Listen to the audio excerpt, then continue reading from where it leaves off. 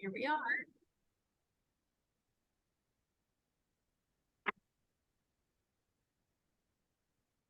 Hello, everyone. Is everyone coming in? Yes, there you are.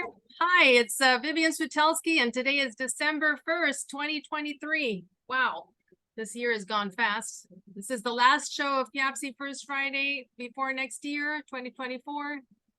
And I'm actually, usually I'm in Miami, but now I'm actually in the British Virgin Islands. So just, as you can see, my new venture behind me, my sailboat, my yacht charter business, and I'm also developing a hotel in the US Virgin Islands. But anyways, love to be here with you every month and catch up with our FIABCI friends from around the world.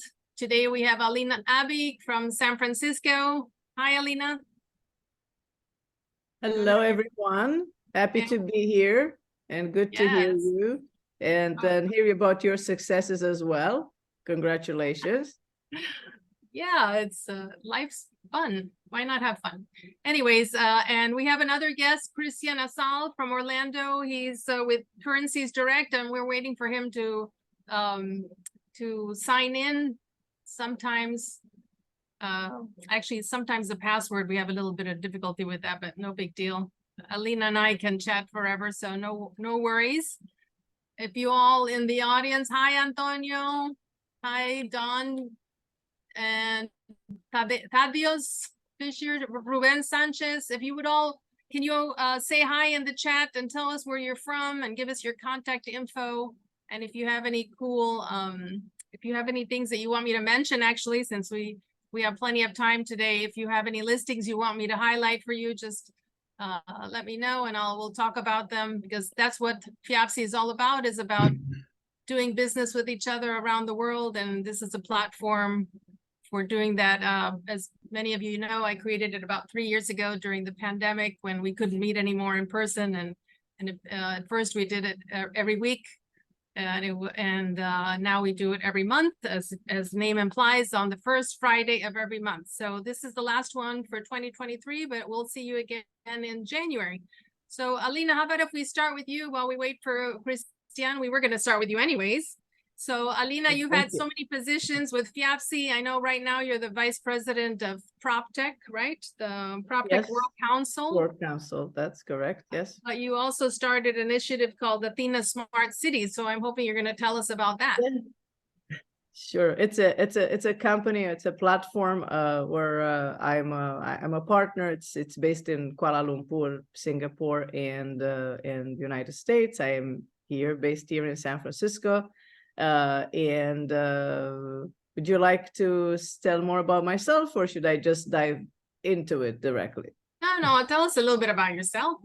Okay, so I wear many hats. I do a lot of things. I do believe that real estate is very complex. I don't think it happens in vacuum or in vid. I started initially by selling real estate here in San Francisco, and that was a great lesson. But I look at it and I approach it as economic development, as being interconnected with all the other industries. Because right now, I mean, isn't it true that we are connected so much with finance, with with the insurance industry, and then I got interested in all the verticals of real estate. I started to consult startups because I believe a lot of founders of startup companies, some of them are not coming from our industry, and they come up with a solution, but they don't quite know what that is and how to solve it because they don't know the industry. So I'd like to be that liaison between founders and technology and real estate practitioners.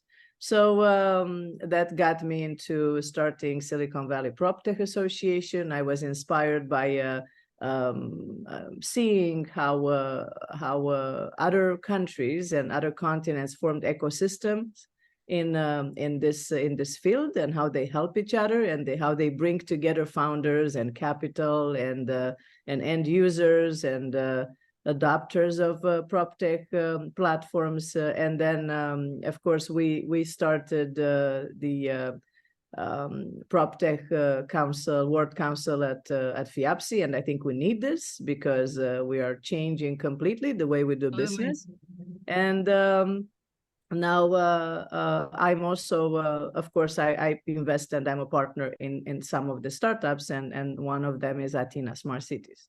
So we're raising funds as well. So that's why I'm here too. I just wanted to let you know about that. And if you like to invest, that would be great. Or maybe you know someone. So that's. You have a deck you want to put up on an investment deck you want to put up?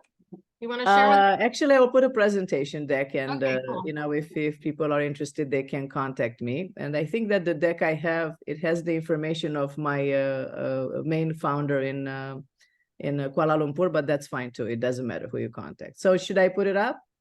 Yes. Okay, just a second, please. Thanks for all you, this great, you know, Ruben, I'm from Miami too, you know, as I said, he has some properties at Riviera Maya between Playa del Carmen and Tulum. And then we have also these, are you all new members? It's great to see you. It's great to see FIABCI growing and expanding everywhere. And Antonio's saying, ask me how you can receive 5% commission. All right, we'll all read it and go over it at the end. Oh, look at this. I love these graphics. Well, I didn't make them, you know, I'm not, That's but okay. again, our company has two, the core founders are engineers, both of them, and they do have a lot of experience with asset management systems. And one of them is a woman engineer. I'm very proud of her, you know, she's amazing. Angela Q, and we already made a lot of presentations. Last time I made a pitch and presentation in Hong Kong and Belt and Road in September. And so just in a nutshell, there's so many definitions for, let me just close this, okay, for smart cities. And I think that if you look around the globe at the focus of what a smart city will be, it's a little different. In Asia, for example, you will see a lot of focus on 15 minutes walkable cities, you know, which are also called smart cities, like the Line right now in Saudi Arabia. You know, some of you might be going there and have the chance to see that project. Unfortunately, I won't be there, but probably next time. But I've had the chance to see several smart cities where, you know, they're called that way. In Asia in particular. And the idea is to make them walkable, livable, sustainable, green, and of course, focus ultimately on the inhabitants. There is a lot of focus on technology in Asia and more on social structures and social mobility in Latin America, for example, or in Europe. Just because in Asia, a lot of the cities could be built new from scratch, while in European cities, for example, you will need to do a lot of preservations and change things and adapt things in a certain way. So and walkability is already there in most of the European cities. That's just an example. Yes, so, actually, how many new capital cities are being built around? I mean, we know Indonesia. Around the world. Around Exactly, the world. you know, and they are for different reasons. Some of them are because of the increased environmental risks. Jakarta, for example, is sinking every year, and it's extremely crowded. The traffic it's you know, overwhelming. So. And another reason for building this kind of cities is also to create new regional economic development, because the reason is also to create a new pole, a new hub, economic hub in that area, which is a sub area of ASEAN, which is called BIM. It stands for Brunei, Indonesia, Malaysia, and Philippines. And that will serve a population of about 60 million. So it's another subset of ASEAN. So that's an example, you know, why these things are being built, and a new order of regional economic development is being created right now. But back to Athena. So this is a global platform for local, it could be deployed locally at city level and townships or communities level. The vision is to be a global leading developer of impactful technologies and ESG. which stands for Environment, Social, and Governance Compliant, and within SDGs framework in mind, referring to the UN SDGs, Sustainable Development Goals. And the mission is to build secure, sustainable, and enjoyable city life with innovative and intelligent technologies. What we do is develop this platform, which is interoperable, and it will be an accessible platform providing local solutions in the midst of the city's digital transformation, and will consolidate data and different other technologies such as digital twin, blockchain, and will empower municipal authorities to make informed decisions in the benefit of the citizens. Athena was founded, as I mentioned, by 4 people. I'm one of them. I'm here in the United States. The other 3 partners are in Kuala Lumpur. 2 of them are engineers. What makes us special, in contrast to the existing smart solutions that often concentrate on specific domains and technology mostly, Athena Smart Cities platform serves as a centralized connectivity hub, and every smart solution deployed in a city is required to communicate and integrate with our platform. We assume the role of a conductor, orchestrating a harmonious collaboration among specialists from diverse domains. Also, the idea is to work with other companies and to go in on a project as a consortium. We are the backbone, but we cannot do absolutely everything. We can build platforms from zero, but we will partner with digital twin companies, blockchain companies as necessary in different markets. So, for example, right now we partner with a digital twin company that's called Pluxity from Korea.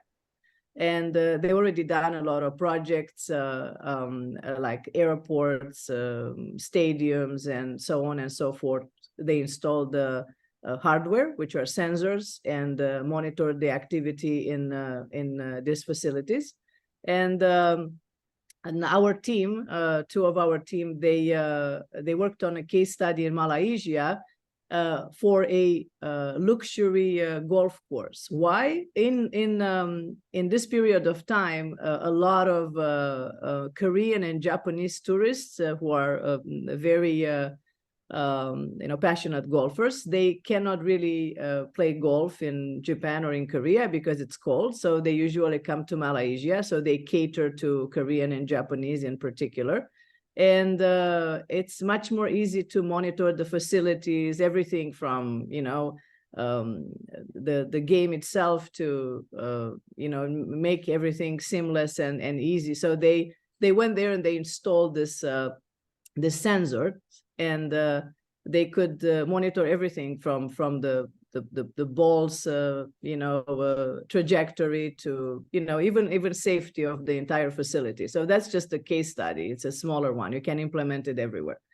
That's a case study. The golf is it the golf club is paying for it, or? Yes, yeah, it was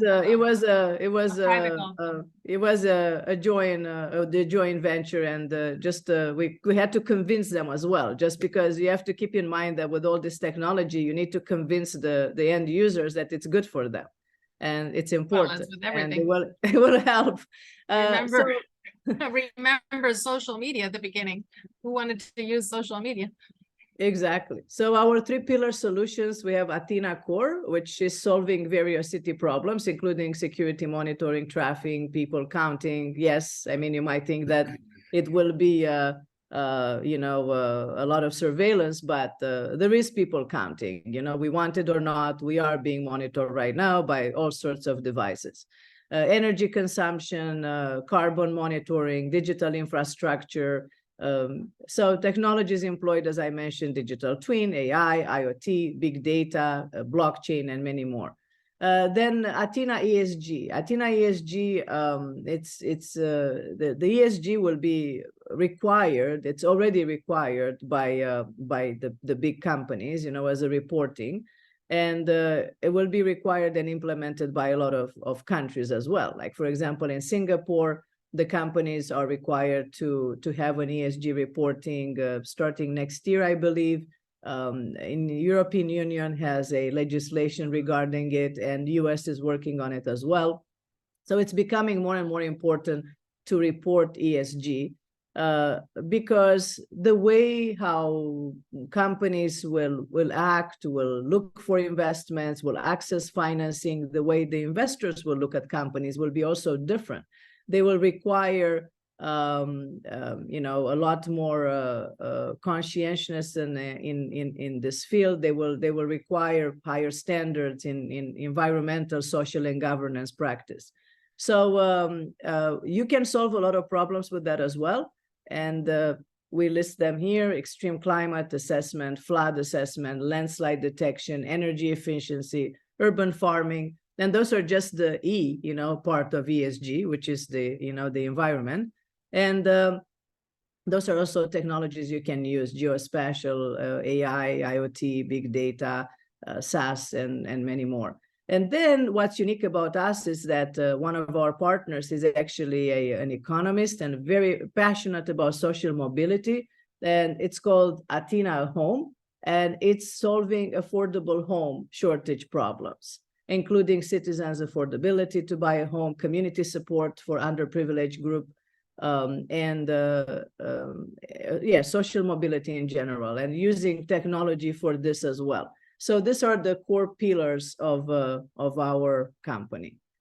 Okay, you can see here how it will look like. I will just take you a little bit through it because I can't talk forever. I need to leave room for other people. So I'm just gonna show you a little bit how you can use that. Yes, I understand. Carla Kidd, who's she's our FIABCI USA president. She's actually going to speak a few words since Christian wasn't able to make it. We're going to have her come on in a couple of minutes. I will just say that I'm present, by the way. Oh, Christian Yeah, is there? sorry. Yeah, that's okay. So I will let him speak immediately. So just wanted to mention. Oh, you are there. Sorry. With smart cities technologies, you actually can save lives as well. We are also talking with the city in Malaysia, the city of Penang, which has a flooding problem, for installing the sensors and detectors to overlay maps with real-time information, which could help and save lives. And so, you can do flood assessments. It's, of course, earthquakes, but this is just an example for flood risk assessment. And then, of course, we do need to work with cities for that. Legislation is required, so it's not always easy just because there are a lot of stakeholders. But it could be implemented at a small scale or bigger scale. So at the city scale, as I mentioned, it requires working with the city, and you can do a portion of that city governance with a solution like ours, or you can work with private entities like golf courses and stadiums, so on and so forth. And also hospitals too. It could be extremely beneficial for the healthcare industry. So you can see this is a smart township solution sustainable community, how you can integrate everything, healthcare, governance, business, community. Like, for example, in the US, we have Nextdoor, right? You can plug it in. You can plug in police reports or crime. You can plug in community events. Paying utilities. All those could be integrated and monitored from a solution like that. And then BEAM solutions, 3D modeling, farming, urban farming, and also just regular farming. So that's how the technology will be integrated with the lifestyle and community. It's a smart living ecosystem. So this is actually one of our founders' first company called My Living. She actually was one of the finalists at Malaysia Best Tech Solutions. So, and that's how it would look like. If you'll have a monitor in front of you and you'll work for the city, or if you are a user and you live in a certain city, you can have an app and you can access different things and, you can make your life much easier. So yeah, the presentation is So, long. I know I Athena, have to. no, it's quite Okay. all encompassing. One question I have, and by the way, forgive the noise behind you, but I am in my yacht and we are underway. So- No worries about so it. we're So actually, I will stop the we're share. docking at a marina. We're docking at a marina, so it's a little noisy right now. I'm sorry. But I wanted to know who, how do you calculate the payments? Are these private, public-private partnership, or are Yes. funding from government to install these systems? So there are private public partnerships, there are PPPs, but we're raising money for the platform itself, and then we will raise money together with other partners for certain projects. So for example, if we win a project, we go and make the presentation. Some of them might have funds, some of them might not have funds. So you'll also need to be quite skilled, and we had to learn a lot about a lot of things like green financing, how to access funds. And some partners that we bring in, like, for example, the Korean partner was already funded about 40 million and supported by Korean government in countries like that, where they are interesting prop tech startups. They are already well funded and they are supported to go out and conquer new markets, especially the Korean and Japanese companies that we partner with for Southeast Asia. They receive funding to just go and gain market shares in Southeast Asia. So we're looking for partners with money. We're looking for partners that we can go together and raise funds for specific projects. We're looking for some other project in Africa, for example, which is a township and affordable housing. And we are having a combination of raising funds in a traditional way on a platform. We have a company in Singapore that's handling our fundraising, and also finding partners that we can work on projects together.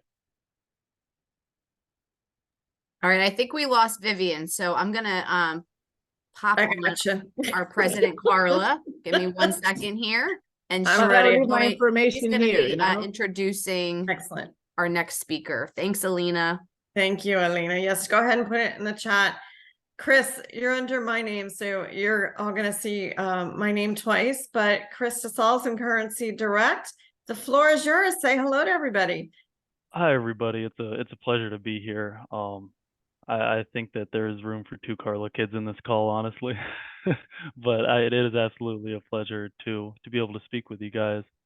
I'm going to go ahead and share my screen to get this going. Looks like I'm back.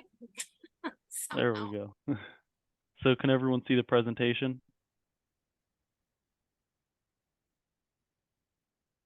We can. Go ahead. Okay, fantastic.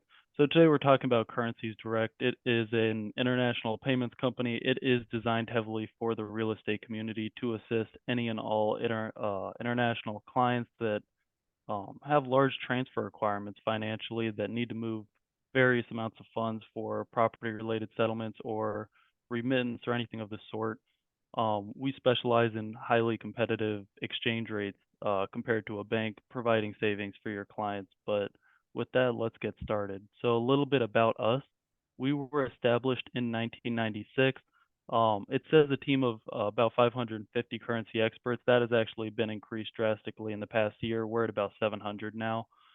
We have 25 plus global offices in over 4 different continents. That allows us to follow the sun model with our clients. So the way that typically works is no matter where your client is in the world, chances are we'll have an office open that is able to transact with your client and give them reassurance. Whatever their need is going to be, there's someone to speak with them, as we believe the human proponent is a massive benefit in this day and age where everything is going very technological. We have hundreds of thousands of customers at this point, and in doing that, we have still maintained a perfect, I believe it's a 4.9 star Trustpilot rating, but we'll chalk that up to a 5. We are the market leading currency transfer service. We are fully regulated and insured. We have a level 1 rating with Dun & Bradstreet, and we transact at a little over 12.5 billion per year at the moment. So we definitely, it's not our first rodeo. We're quite adept when it comes to property related transactions. Here's a little bit about our global offices. So you can kind of see that we've aligned them with time zones to ensure there's always a human that your client can speak to should they have any inquiries or need to make a payment. Um, the types of customers we can help, it varies largely. Our main vertical is going to be property. It's what we really like to say we specialize in, what we've become quite seamless at doing, but we also help clients that are looking to immigrate, sending money to family, disbursement, anything of the sort, any sort of overseas mortgage payment, and we do help a variety of corporate customers as well. But let's talk about the real estate vertical. So here's a little infographic that I like to showcase, showing kind of the savings that Currencies Direct can provide clients. So in this case, we'll consider a Canadian buyer, someone that's going to be moving CAD and needs US dollars on the receiving end. So in this case, when they go to their bank to achieve $450,000 on average, a Canadian bank will charge at the rate of about they'll be moving about $621,497,000 to achieve the $450,000. I don't recall exactly what this exchange rate we brought was, but it was probably about a month old. And in US dollars, if they were going to transact with Currencies Direct, they would only be sending 606,339 Canadian dollars to achieve the same 450,000 US dollars. So it comes out to be quite a difference for a lot of clients. These savings can somewhat change as all banks have their own margin plans that they like to follow, but I can assure you none of them are following a highly competitive live market rate like the FX companies like we do. In this, we do have the ability to do spot contracts, which is what I'm assuming everyone thinks about, where we transact at today's rate at the live market rate, getting as close to the live interbank rate as possible.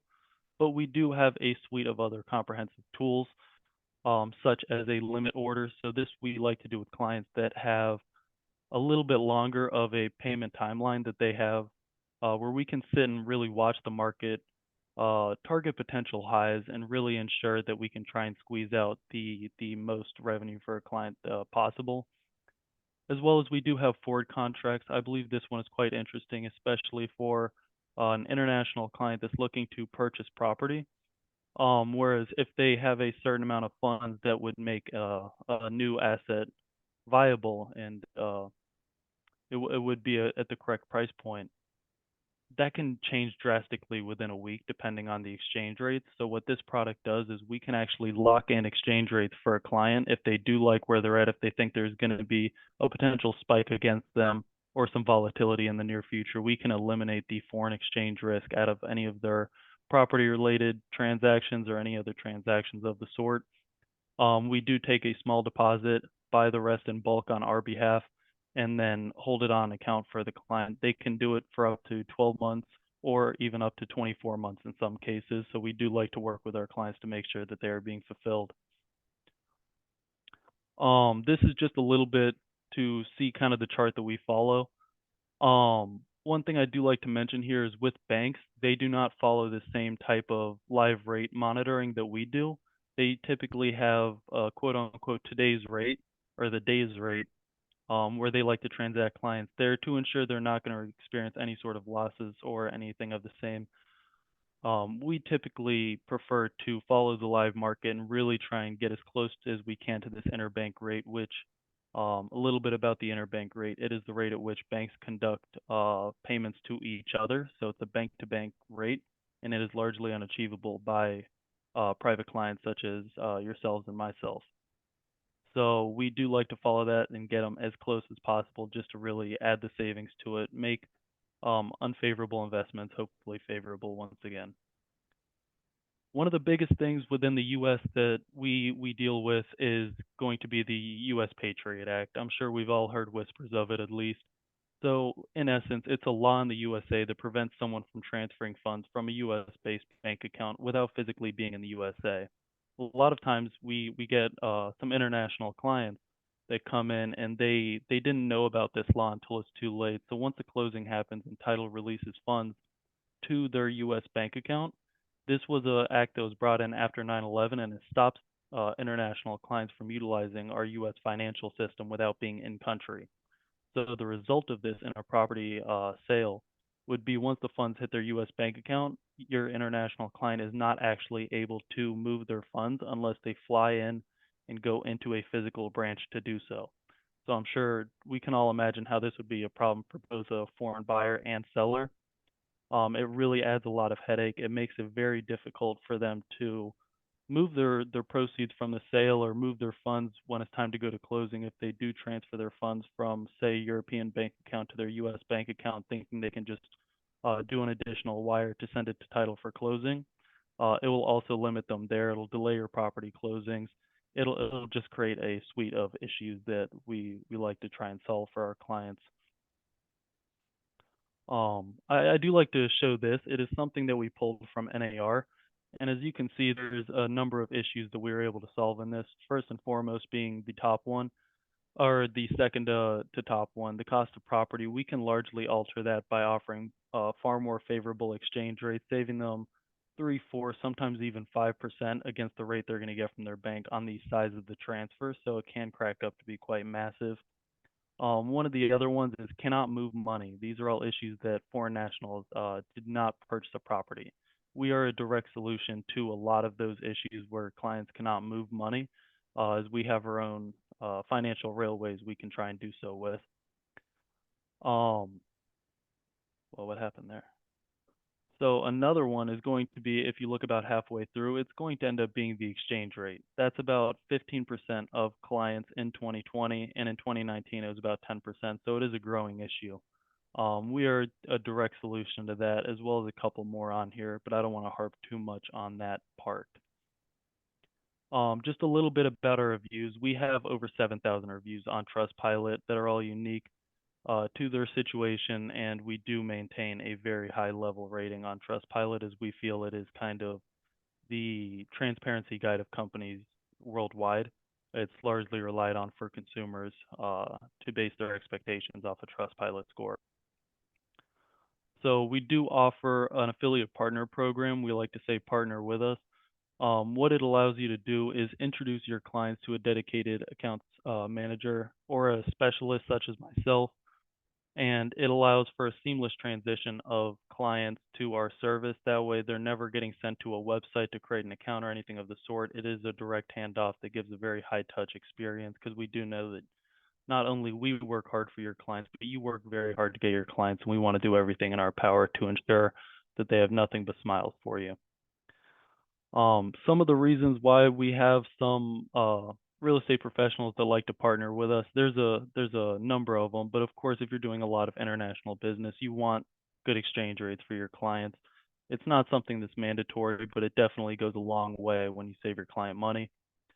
It also allows expert insight towards it. It really takes the stress off the financial aspect of moving the money from whatever country they're coming from to the U.S. or vice versa. We kind of take a lot of the headache from that, leave the client happy and ready to look at homes. Another reason that a lot of people refer clients to us is we do have an affiliate partner program I mentioned before. It's designed specifically for the real estate community, but what it allows us to do is pass you RESPO-approved referral fees for client introductions. That is absolutely a very good thing, especially in this market, to maximize your referral opportunities. And it can't hurt, especially if your client's saving money and we're helping you guys out on the side as well. So I think that's something a lot of people really enjoy. So when and how to introduce your clients to Currencies Direct? Of course, there's a big question we get, as it's a very personal idea of when you should refer your clients. But what we generally ask is just ask your client, what are your plans with the proceeds of your property sale? Because you're either going to get two questions largely. The first one is going to be, we're going to keep it in US dollars and purchase another asset. Well, there you go. You just earned yourself another client. If they do say they want to bring the funds back home, then that would be the time to introduce the client to Currencies Direct. Ask them how they plan on sending the funds. The easiest way is you can simply CC me in on an email. And I'll absolutely have a about a 10 or 15-minute consultation with them, understand their unique situation, what their goals are out of this transfer. Do they want it in the quickest fashion? Do they want to hedge the funds over an extended period of time to average the exchange rate? Really, what would satisfy their needs? And from there, we'll introduce them to an account manager who will give them personal and dedicated support throughout their journey. So with that, this is my information, and I hope that was very informative to a lot of you. I've definitely noticed a couple familiar faces, so I'm sure a couple of you guys have seen it before. But yeah, no, it's a pleasure to be able to speak here today. All right, I think we lost Vivian again, so I'm going to bring up Carla to close us out. Okay, I just wanted to say thank you to both Alina and Christian. It's always a pleasure and wonderful to see everyone, some new faces, some old faces as well. Just before we sign off, want to just chat about two quick things. We were able to secure a partnership between the Miami Association of Realtors and FIABCI. So all of their members are now affiliate members of FIABCI International. Ruben's doing a big whoop whoop in the background there. I see it. Thank you, Ruben. So they also have the option to join at a discount to either FIABCI USA or they have a discount to join FIABCI International. We do have a secondary discount as well, which is now available just to people who want to join FIABCI USA versus joining FIABCI International. It is a US only membership, and that is $299. So we're happy if you want to spread the word for if people aren't going to really travel and maybe go to the events overseas, joining our FIABCI USA chapter might be a better way for them to become a member. Arlene, you have a question. Hi, Carla. How are you today? Hello, everyone. We actually had our board meeting yesterday, and one of the things that came up was FIABCI First Fridays. How can I facilitate getting these new affiliate members to participate? Okay, so FIABCI First Fridays is a US FIABCI USA program, and it's not a FIABCI International program, unfortunately. Okay, so they should be able to participate in some of the FIABCI International things, but if they wanted to do anything with US, they would have to join the chapter, and they can do that for $299. Okay, perfect. That's good to know. I'll pass it on. Thank you. Any further questions? All right, well, thank you. It's great to see everyone. We wish you a very wonderful holiday season. Stay safe, stay well, and we will see you soon. Thank you, and happy holidays, everyone. Yes, Thanks, thank you Lena. again. Have a Thanks, great rest of Christian. your day. Good to see everybody. Take care. Thank you.